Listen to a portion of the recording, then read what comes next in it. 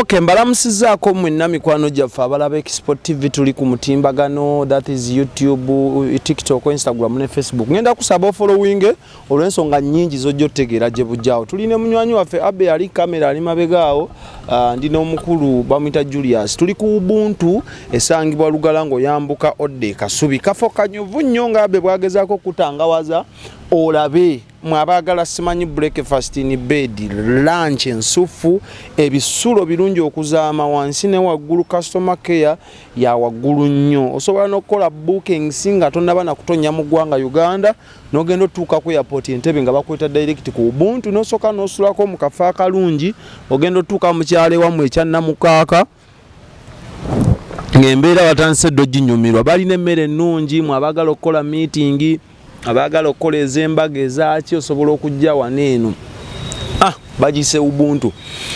Olwaleero tugenzeeko tusuulirira nnyo information efubutuka mu buvanjuba kale ne regions endala. Omanyi Central yabuutikira nnyo. Abadde okimanyi Central yabuutikira buli kimu. Eno entabiro ya buli kimu. Abayimbi bangi abeetolodde eggwanga lyattu Uganda ne mufa nnyo kuba wano. Ngone wakola sente nanti. Kyo kisobola mutuuka n'okulya photocopy. Nkwe ekyokulabirako. Omuyimbi amanyikiddwa nga Easy Daliliko. Muyimbi wakabi nnyo mu Eastern Uganda mu Nadambusi yakudde eyo paka ku boda mu bateeseyo wansi. Bwe yakuba oluyimba lwa Tumbiza sound mwene mwaniriza kumbe eri legend n'atuka ekiseera ng'ennyimba ze yayimba edda mu Luteeso zazza mu Luganda mwene muli ya photocopy ne musanyuka. Paka we mwamukuba enkokola ne mumuza n'abaganda ne mumuzaayo. So onako olwaleero twagatunuleko ku nsonga ezigenda maaso wakati wa minisita amanyikiddwa nga Helen Namutamba ne omukulu Acidic Vocals Kakaire Mutwahil alina concert ennaku z'omwezi 3 ku Cricket Oval Cats of Abitex. Ensonga ezo waziwulirako oba nkunnyonnyole? Naziwulirako. Leero osobola okunnyonnyola. Nenga naziwulirako zizinga zitambula. Oli timu Minister Namutamba Helena oba oli timu Acidic Vocals? Ndi timu Acidic Vocals. Ono Minister mchala mukulu aleka abaana abato bakole emirimu gyabwe. Toyinza akate kwagala kusimbira mwana muto kuli yeye yala kulo na concert ye. Oganya abayimbi abasoga okujja ku concert okola mwakola ekibiina. Nti ekifuga abayimbi abasoga. Oli mwana bali ba mu ambassador nga ya ambassador we Busoga tuwalizimu ambassador mu Busoga sicho kuba oli omukyala yali mu gundi ye Busoga minister ne ya heritage na biki kati kano ne bakawo bwa ambassador ne kati ate yabana nabo mujjako nga yekwasa ensonga ezitategerekeka mbo omwana semanya ayimba nnyo Luganda tayimba Lusoga. Bakulonze to represent Busoga to the world ate goyimba Luganda anjo omwana akugamba ndi Musoga already ekyo kyokka kimumala ayimbi ndi Musoga akugambye ndi Musoga. Okigere tobali n'abayimbi bangi wano. Maro ayina nyimba mekeza Olusoga. Alina Kalioti Kambo ine. Mekana anti. Ayina ndikubalira ko balita Kambo ine. Megadi ayina meka. Megadi ziwera. Meka kuzogeraganya kuzolugana ez'Olusoga meka. Ne Megadi ayina ez'Olusoga. Ayina yo. Okigere. Sajja gwe manyi Foda mumanyi. Pozi yani ono. Ujaliko ne judge muzine empaka zayo lese ekitoni mutyabule. Ye Foda motoka enkayire. Foda motoka enkayire omusajja. Abayimbi bangi abaddewo. Kati lwaki ozze ku mwana omutanonya breakthrough. Otani ko muteyako enkokola. Busoga ina abayimbi bangi inayo no bamita Malagala Steven. Oyo chairman Hero Setiri Kaguru. Ayimba kadongo. Kati ate kadi oyagala promoting Olusoga beebu. Ayinayo no mwana go bayita Lawyer Simba. Tulinayo ne chance to Silvia chance to oba kyaliyo. Tulina ba mentonirasi, tulina no Landi Soja nyini yaganya Acidic Vocal yimba ku kivulu kye, tulina ba Kadabada. Tulina Muna ba Insolo Nkambwe, tulina ba Flower Galo. Minister tateka mbeera ku mwana. Ekirungi ekivulu kigenda kubeera no mu Buganda. Ate abasoga abayivu bali mu Buganda mwe bali bangi bajjagenda beka akabayivu gundi leka tuti obo aberi bosi bayivu naye kati omuntu atali muyivu ye muntu gojjo gamba ekintu agobeye bugoberezi fwa nchilo mwana temumuwagira tayimba Lusoga okigira okukuba kotogera muntu kati iraga ono gundi bwabwayi enyimba zo Lusoga ziri mmeka siruwuliranga okisegeera nera wabeera kugamba ndi musoga ekyo kyokka kiba kimala ate nno bangi abayimbi abasoga nga tebaluyimba ekyo kugamba nti ndi musoga kimala ti omuwadde obwambasada kati n'obiteekamu feeling mbutoyimba lusoga kati mbukugyeko zaala omwana wo gwobaoku obwambasada ajja ayimbe okitegeera omwana wa muno music amenya okukola sene ze baviirako ddala mu studio promotion video okitegeera omwana wa muno ageza okufuna breakthrough gwate ojja omukotogera mudoko wali minister kati gwoba gwe minister ogenda promoting oti olusoga n'obusoga ku buntongi nga bewandikozesezza tebawulira bayimba Luganda promoting obusoga n'olusoga ku buntongi obuntongi bwe bwengula okuteeka mu buntongi okupromotinga busoga mulina kusinga kulanga na bintu biriyo ebitusikiriza okugenda ebusoga okitegeera abantu mubalage John Speak we yayimirira nga avumbula Lake Victoria okitegeera aludde abasoga baaliwo nga bagiriko ate guno ngamba mbusema yoli avumbula Lake Victoria sima source of Nile River Nile okitegeera kati bani abamutwala wose basoga era baaliwo jangu tugambe family z'abasoga abakwata John Speak okumutwala wali babano okitegeera bingi byosobola ensogi mulimu empuku busoga ine ebintu bingi ebisobola okujja identifyinga ku mawanga amalala okitegeera kati ogudda ku mwana ayimba okitegeera oyo omwana kati omukisa gw'abayina nti kati ne wabayimba lulimi kikasaba nga afunye acceptance eri n'abantu busoga ajja kuba gipromotinga ne kati gwe okumuteekako olukokola mbu olw'okuba mbutayimba lusoga ayimba Luganda waguddewo empalana wakati w'obwakabaka bwa Buganda n'obwa busoga.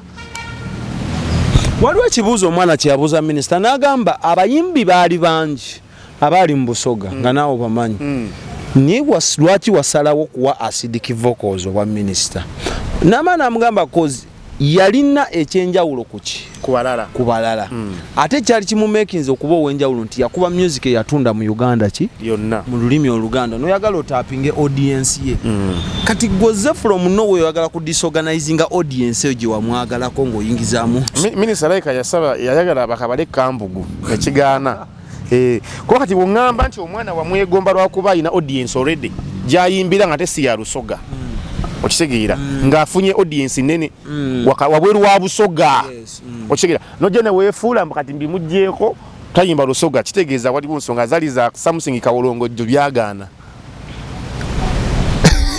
music industry y'obusoga otwala obudde n'ogigoberera ngigoberera eyinza okukula netoka ku industries endala tesobola kukula kusuka ku industries endala kuba bonna beetololera wano era nabo bennyini obawulira ne wogenda ewaabwe mu busoga radio zaabwe zoogera Oluganda ziri mu busoga okitegeera ate oyinza gamba ate omwana tolina kuyimba Luganda yimba lusoga olwokuba promotinga lusoga nga ne radio ziri mu Bwakyabazinga zoogera Oluganda lwaki abagoba akabali ku radio z'Obwakyabazinga mbu lwaki mukolirako Oluganda baba yennyini eri Kasozi e Bugembe kuliko omukozi wange gwe njagala ennyo bamuyita Ddamulira Twahir musajja wa Kabaka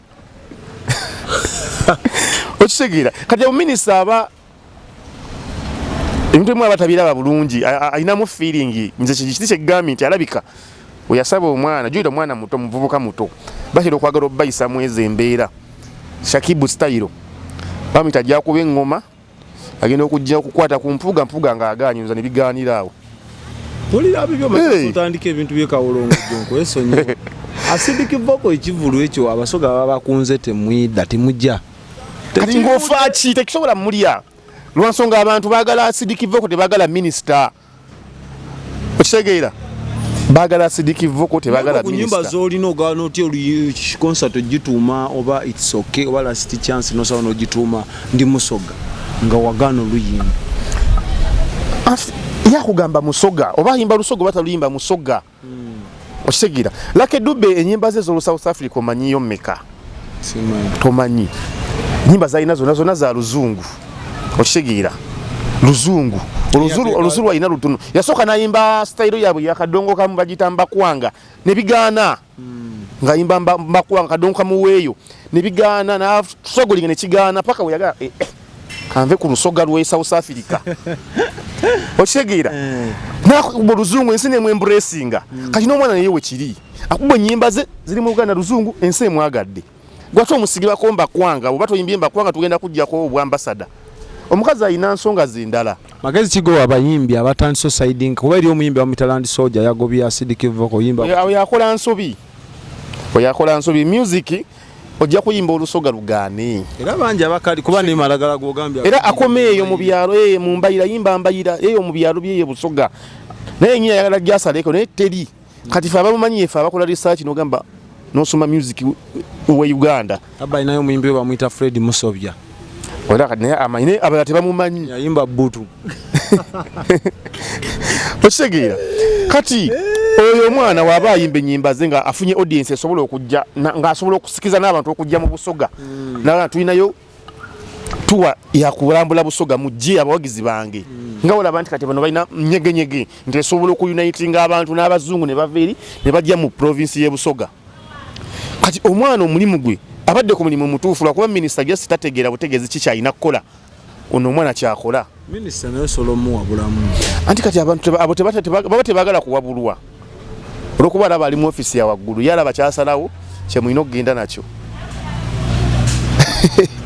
anyway story yatandika gye buvuddeko emabegakaawo era byagenda okukakkana nga omukulu acidic vocal bamuggyeko obwambasada era wenjogerera kaakati bawadde omukulu amanyikiddwa nga Shonyi Weizio yayimba nze namanirawo buno obulungi olina kuba musoga bamuwadde obwambasada era kati yambasada era ne bakola n'ekibiina ekigatta bannabitone mu busoga bakiyita BTMN Busoga Talent and Musician network kikulirwa omukulu amanyikiddwa nga Jobless y'omu ku bayimbi abaludde music industry y'e Busoga era bajja ne balayira mu minister ya mu office ya minister akwasaganya ensonga za East Africa Mama Rebecca Kadaga alitwala kyali okusika omuguwa ekivulu concert ya Amina y'omukulu amanyikiddwa nga Land Soldier yabadde Kasozi e Bugembe acidic vocals ya postinga sheyo nagenda n'okuyimba nga tamuwadde yadde n'ekikumi yagenze otuuka ku mulyango babawunsa ne bamugamba tokkirizibwa kuyingira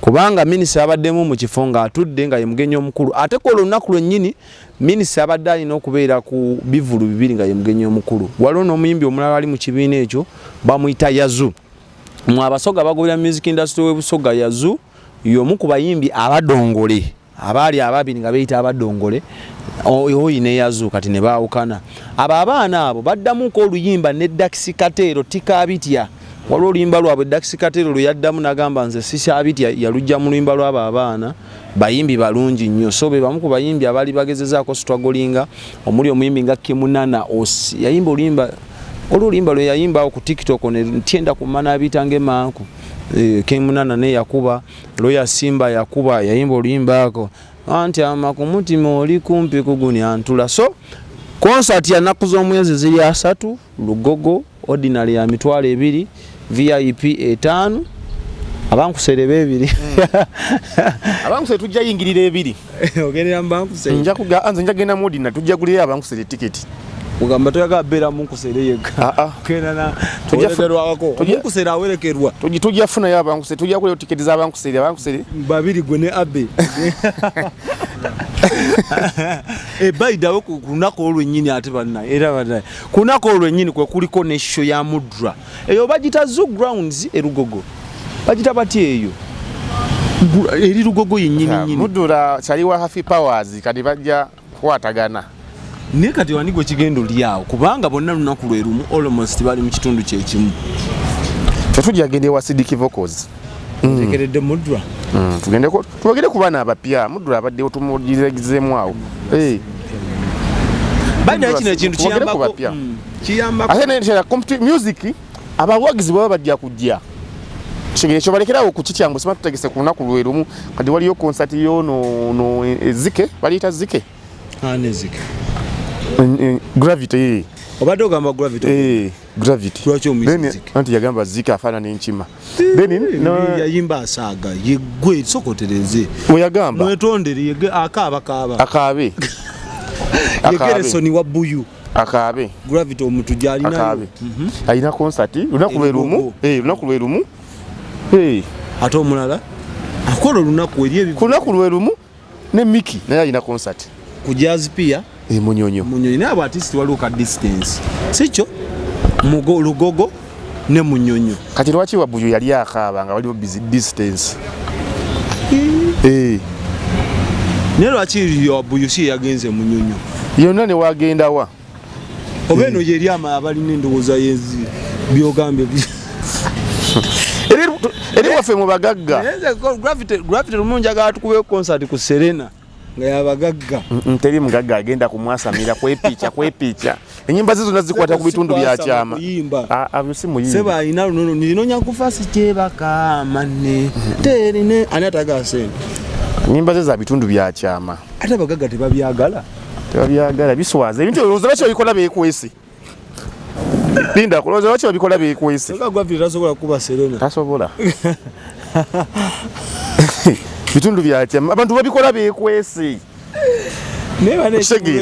wagenda beerawo komba n'okulya essowaani eno jazipia Munyonyo Miki Wayini kijja mulya Gravity kijja mulya yagenda n'apamako mu luzina yategala yagala Sena agenda kunywa kolera wamaffe bwetyo tuberekereza naye nga ennaku z'omwezi 3 Mudra ne acidic vocals naku lwe lumu eno bagitandi musoga eri simanyi bagiyita ningenda twala obudde mbuulirize manye naye atusuubiza nutulaga omukyala omutuufu mukyala we abasinga musibako ava peace naye bweyagala okulaba ku mukyala Muddu omutuufu beerayo omwana Soda Ubuntu tukoze ne munywanyi waffe Abe yali ku kamera n'omukulu bwe yeyiwamu akazi akatukuvu Mukama Katonda omulungi abatukuumire bye. Export TV to the world.